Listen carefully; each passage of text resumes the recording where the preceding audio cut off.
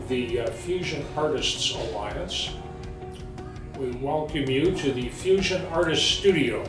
My name is Ed Breen, and we are launching something today that we hope will be with you and with us for a very long time. And that is an opportunity to introduce you to artists and introduce artists to the community of Marion and Grant County. And our guest today is Tammie Huntington, a professor of music at Indiana Wesleyan University. You'll go down in history as having been the first guest on this series of shows. Okay? I'm honored. Tell us about yourself. Give us the Reader's Digest version. Where's home? Wow. And how did you get to Marion? Okay, well, I was born in Weatherford, Oklahoma. I was a pastor's daughter, and my parents actually were missionaries with Wycliffe Bible translators, and so we spent a couple years in Ecuador, and then because of physical issues on their part, we came back to the States where my dad began pastoring. And so I've kind of grown up all over the Midwest. Lived for a little while in Rockford, Illinois, and then down in Oklahoma area, and then a little bit in Kansas City, Kansas, and a little bit in Iowa. And then I finally came to Indiana for college. I went to Grace College up in Winona Lake, where I met my husband, Ben Huntington, and he's from actually Grand Rapids, Minnesota. But we liked Indiana. We both got jobs here, and eventually what brought us to Marion is he was hired by Marion Community High School, where he taught physics for 13 years. Okay. And so that's what made us move here, and then Is he still teaching at the high school? He's over at Oak Hill now. Oh. I believe he's just finished his 5th year at Oak Hill. Your passion is opera. Yes. Why? Well, growing up I was always going to be a pianist. I loved playing the piano, and I actually wanted to be Dino. I don't know if you remember him. He was kind of the Liberace of Christian music at that time, and I grew up in a very, very conservative family. My dad actually grew up Old Order Mennonite, so I was only allowed to listen to Christian music, and so I was going to be Dino because he was the flashiest, fanciest thing on the piano. And then I heard Sandi Patty, and I just really fell in love with her voice, and I loved the sound of it. Did you know that you had the gift of a good voice? Well, not until I started trying to be Sandi Patty. Oh, okay. And then I knew I loved to sing, and so it was my freshman year of high school that I joined choir, and I asked my choir teacher for some voice lessons. And when I found out that I could hit those high notes too, it was very exciting. I loved the sound. I loved the fact that I could do it. That's kind of the beginning. Okay, now I've got to ask you a Midwestern question. Sure. For those of us who love Waylon and Willie and Merle and Hank Williams, why should we pay attention to opera? It is out of a lot of people's comfort zone. But it's why do people watch the Olympics?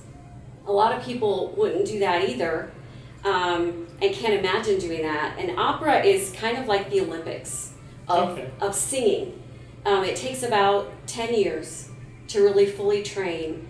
And so you're not just listening to a beautiful voice, you're listening to a highly trained instrument and a beautiful, beautiful art form that has a lot to say. So if you are an opera singer, you are a soprano. I am. The first line after your name on your biography is soprano. Do you think of your voice almost as a third person kind of thing? Is it another creature within you that you harbor?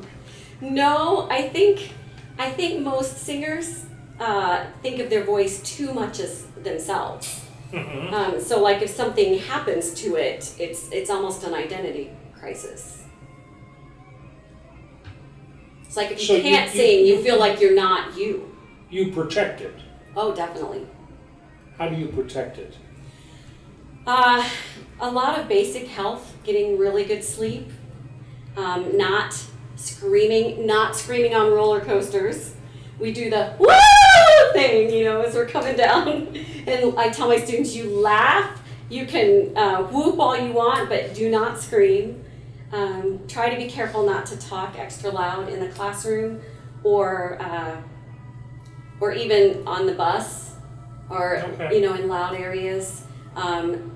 Definitely watch what you put into your body as far as agents that can be dehydrating.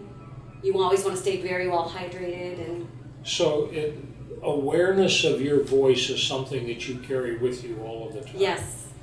And you try to convey that to young people, your students now, who are coming to you. They have the greatest voice God ever made. They're convinced of that.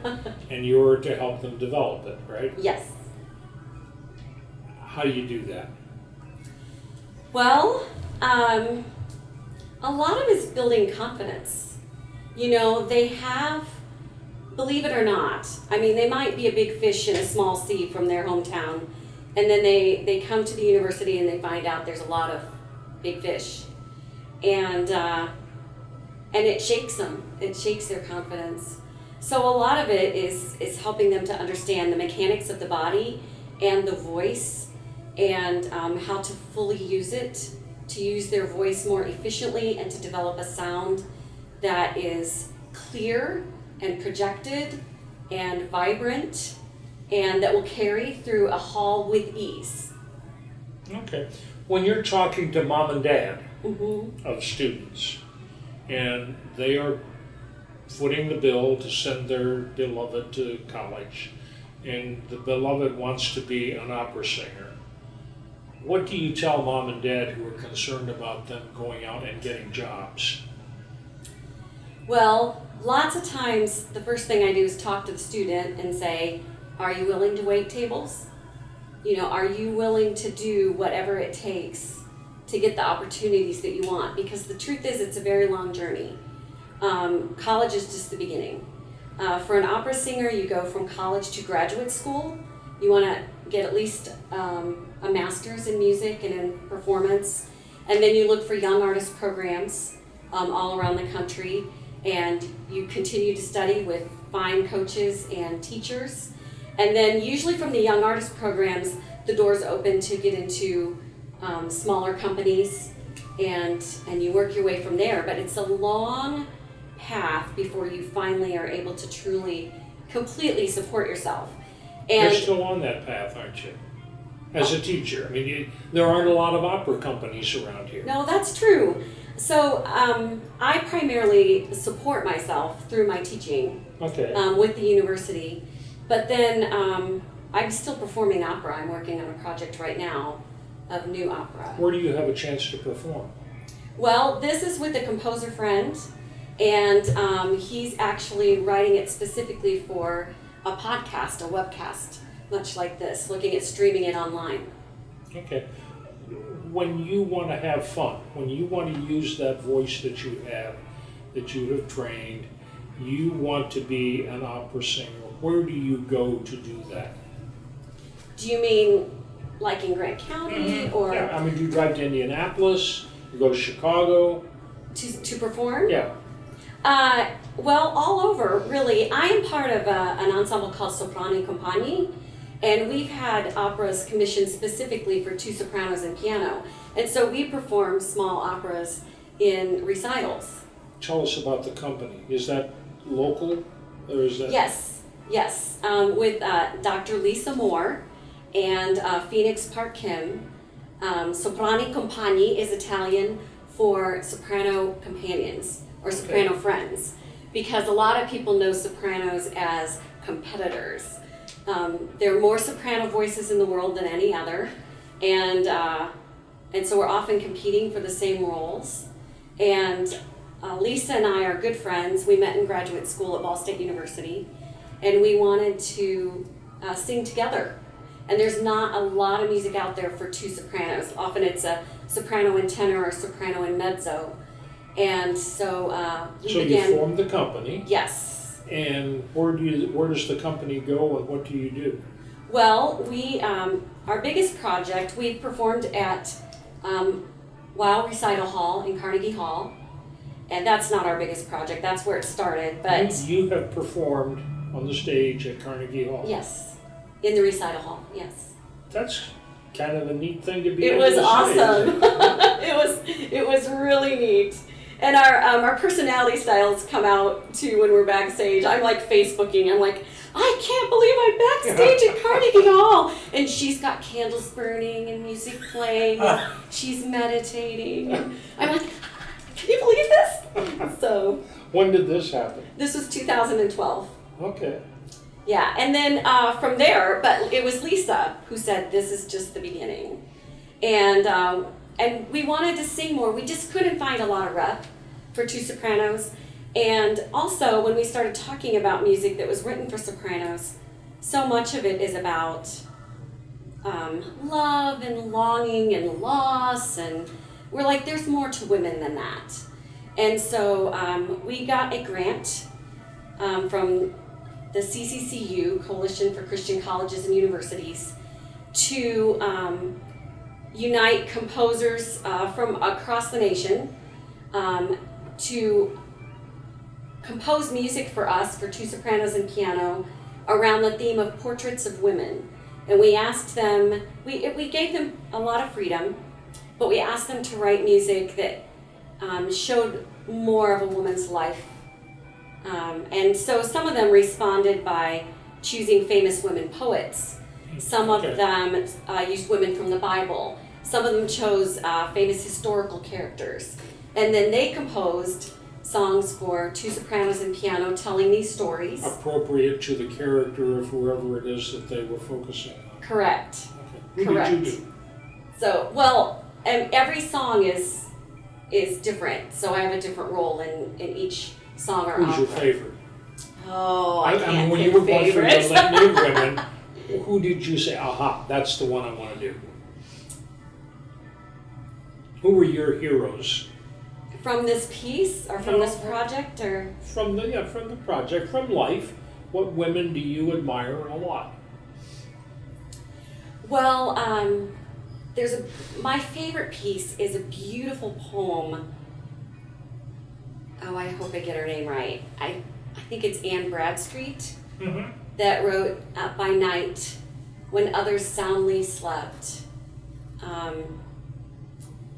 And she just talks about not being able to sleep, and so choosing to pray. I sought him whom my soul did love.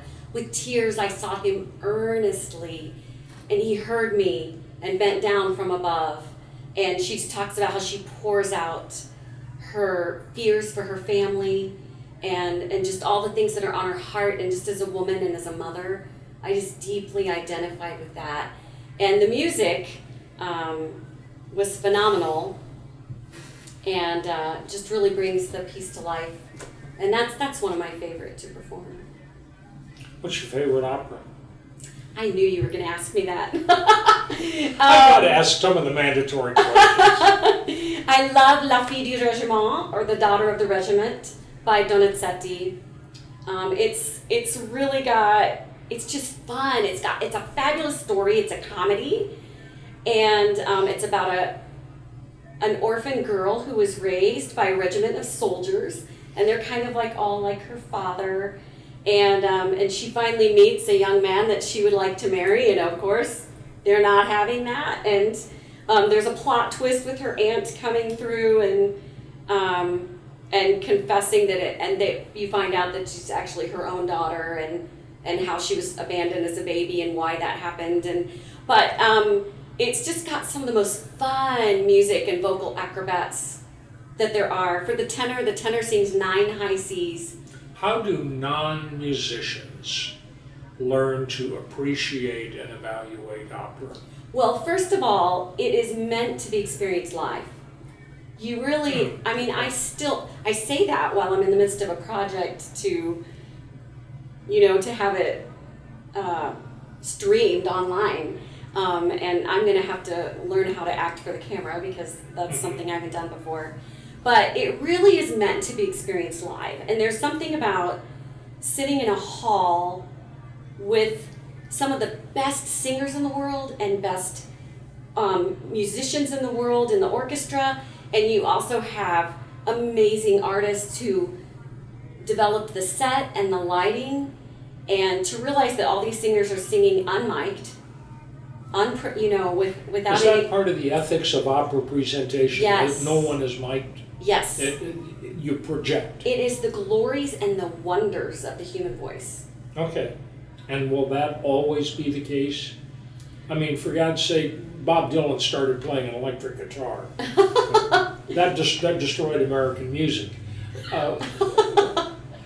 Will opera always be that way? Not always. If we are outdoors, you just almost can't compete with, So the space. You'll wear a mic.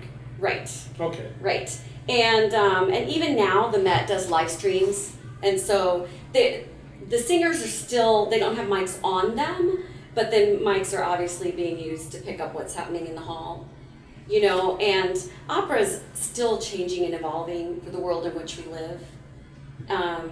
But like even for the project that we're doing where we're streaming, we'll still go into the studio and record and try to catch the natural qualities of the voice as much as possible. Are there operas being composed today that will be sung 200 years from now? Oh, absolutely. And absolutely. who is listening to those operas today? Well, believe it or not, I hope I have my stats right, but a while ago, I looked it up on the Opera America website, and there's nearly as many people going to live operas as there are going to NFL games. So, That's kind of encouraging. Isn't it? It really, really is. It really, really is. And a lot of people think it's just for the hoity-toity rich, and maybe at huge houses like Paris Opera House or the Metropolitan Opera, but that's not true. A lot of opera houses run student discounts, and you can get a ticket for $30 or $50, and as long as you have your opera glasses, the balcony seats are just as fantastic because you're still hearing the voices live naturally. If you weren't doing this, what would you be doing? I think I would be in radio. I thought about that. I have to talk. So if I can't sing, I think I would love to do voice acting or something along the lines of radio. Stacks of wax and mounds of sounds and all that kind That's of right. right. Tammie Huntington, we thank you. Thank you. And we appreciate your listening to us today, to watching this, and we would like to extend our thanks to the folks here at Midwest Coffee, Sherry Boltby and all of her folks here, and we'll be doing more of these. Tune in again.